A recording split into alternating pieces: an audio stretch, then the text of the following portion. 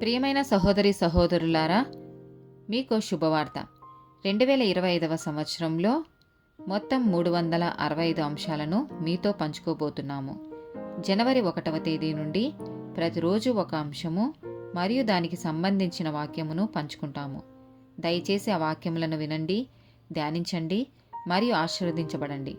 దయచేసి సబ్స్క్రైబ్ చేయండి మరియు మీ స్నేహితులతో పంచుకోండి. ధన్యవాదాలు.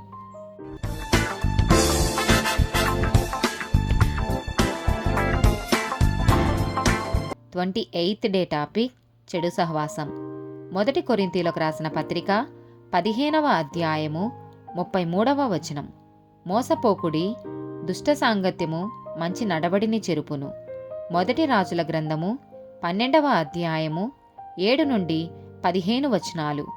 వారు ఈ దినముననే నీవు ఈ జనులకు దాసుడవై వారికి సేవ చేసి మృదువైన మాటలతో వారికి ప్రత్యుత్తరమిచ్చిన ఎడల వారు సదాకాలము నీకు దాసులగుదురనిరి.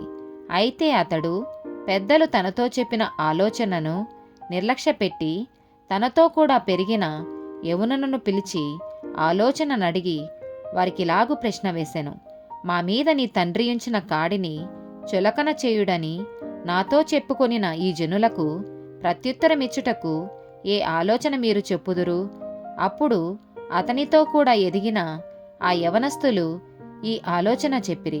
నీ తండ్రి మా కాడిని బరువైనదిగా చేసెను గాని నీవు దానిని చులకనగా చేయవలెనని నీతో చెప్పుకొనిన ఈ జనులకు ఇలాగు ఆజ్ఞయిము.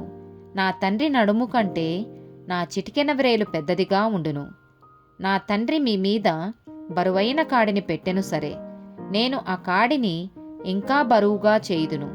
నా తండ్రి చెబుకలతో మిమ్మును శిక్షించెను సరే, నేను కొరడాలతో మిమ్మును శిక్షించుదును. 3వ దినమందు నా యొద్దకు రండని రాజు నిర్ణయము చేసినట్లు యెరోబామును జనులందరూ 3వ దినమున రెహబాము నొద్దకు వచ్చిరి. అప్పుడు రాజు పెద్దలు చెప్పున ఆలోచనను నిర్లక్ష్యపెట్టి యవనులు చెప్పిన ఆలోచన చొప్పున వారికి కఠినముగా ప్రత్యుత్తరమిచ్చి ఇట్లు ఆజ్ఞాపించెను. నా తండ్రి మీ కాడిని బరువుగా చేసెను గాని నేను మీ కాడిని మరీ బరువుగా చేయుదును. నా తండ్రి చెబుకలతో మిమ్మును శిక్షించెను గాని నేను కొరడాలతో మిమ్మును శిక్షించుదును. జనులు చేసిన మనవిని రాజు ఈ ప్రకారము అంగీకరింపకపోయిను. షిలోనీయుడైన అహియా ద్వారా నెబాతు కుమారుడైన యెరోబాముతో తాను పలికించిన మాట నెరవేర్చవలెనని యెహోవా ఇలాగున జరిగించెను.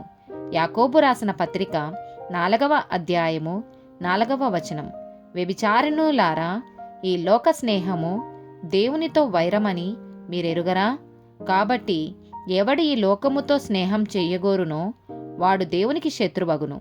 సామెతల గ్రంథము 22వ అధ్యాయము 10, 24, 25 వచనాలు. తిరస్కార బుద్ధి గలవాని త్రోలివేసిన ఎడల కలహములు మానును, పోరు తీరి అవమానము మానిపోవును.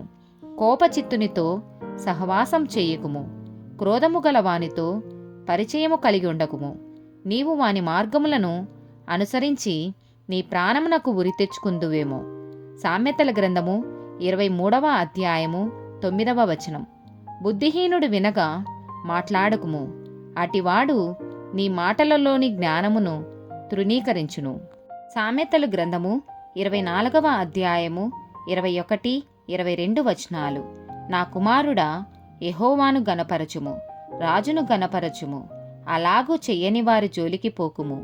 అటివారికి ఆపద హఠాత్తుగా తటస్థించును. వారి కాలము ఎప్పుడు ముగియునో ఎవరికి తెలియను. సామెతల గ్రంథము 25వ అధ్యాయము 19వ వచనం. శ్రమకాలములో విశ్వాసఘాతకుని ఆశ్రయించుట విరిగిన పళ్ళతోనూ కీలు వలసిన కాలుతోనూ సమానము. మొదటి సమూయేలు గ్రంథము 20వ అధ్యాయము 1 నుండి 4 వచనాలు. పిమ్మట దావీదు రామాలోని నాయోతు నుండి పారిపోయి యోనాతాను నొద్దకు వచ్చి, నేను ఏమి చేసి తిని? నేను చేసిన ద్రోహమేమి? నా ప్రాణము తీయ వెదకున్నట్లు నీ తండ్రి దృష్టికి నేను చేసిన పాపమేమని అడుగగా, యోనాతాను, ఆ మాట నీవెన్నటికినీ అనుకొనవద్దు, నీవు చావవు. నాకు తెలియజేయకుండా నా తండ్రి చిన్న కార్యమే గాని పెద్ద కార్యమే గాని చెయ్యడు. నా తండ్రి ఇదెందుకు నాకు మరుగు చేయుననగా, దావీదు, నేను నీ దృష్టికి అనుకూలడనను సంగతి నీ తండ్రి రూఢిగా తెలుసుకొని యోనాతానునకు చింత కలగకుండుటకై ఇది అతనికి తెలుపననుకొనుచున్నాడు. అయితే యెహోవా జీవము తోడు నీ జీవము తోడు నిజముగా నాకును మరణమునకును అడుగు మాత్రమున్నదని ప్రమాణము చేయగా, యోనాతాను నీకేమి తోచునో దానినే నేను నీ ఎడల జరుపుదును అనెను. మొదటి సమూయేలు గ్రంథము 20వ అధ్యాయము 34 నుండి 41 వచనాలు. అత్యాగ్రహుడై బల్ల యొద్ద నుండి లేచి తన తండ్రి దావీదును అవమానపరిచినందున అతని నిమిత్తము దుఃఖాక్రాంతుడై అమావాస్య పోయిన మరునాడు భోజనము చేయకుండెను. ఉదయమున యోనాతాను దావీదుతో నిర్ణయము చేసుకొనిన వేళకు ఒక పనివాని పిలుచుకొని పొలములోనికి పోయెను. నీవు పరిగెత్తుకొని పోయి నేను వేయు బాణములను వెదకుమని ఆ పనివానితో అతడు చెప్పగా, వాడు పరిగెత్తుచున్నప్పుడు అతడు ఒక బాణము వాని అవతలకు వేసెను. అయితే వాడు యోనాతాను వేసిన బాణము ఉన్న చోటునకు వచ్చినప్పుడు యోనాతాను వాని వెనుక నుండి కేకవేసి, బాణము నీ అవతలనున్నదని చెప్పి వాని వెనుక నుండి కేకవేసి, నీవు ఆలస్యము చేయక దబ్బున రమ్మనెను. యోనాతాను పనివాడు బాణములను కూర్చుకొని తన యజమానుని యొద్దకు వాటిని తీసుకొని వచ్చెను గాని సంగతి ఏమియూ వానికి తెలియకయుండెను. యోనాతానునకును దావీదునకును మాత్రము ఆ సంగతి తెలిసియుండెను. యోనాతాను తన ఆయుధములను వాని చేతికిచ్చి, వీటిని పట్టణమునకు తీసుకొని పొమ్మని చెప్పి వాని పంపివేసెను. వాడు వెళ్ళిపోయిన వెంటనే దావీదు దక్షిణపు దిక్కు నుండి బయటకు వచ్చి 3 మారులు సాష్టాంగ నమస్కారం చేసిన తరువాత వారు ఒకరినొకరు ముద్దు పెట్టుకొనుచు ఏడ్చుచుండిరి.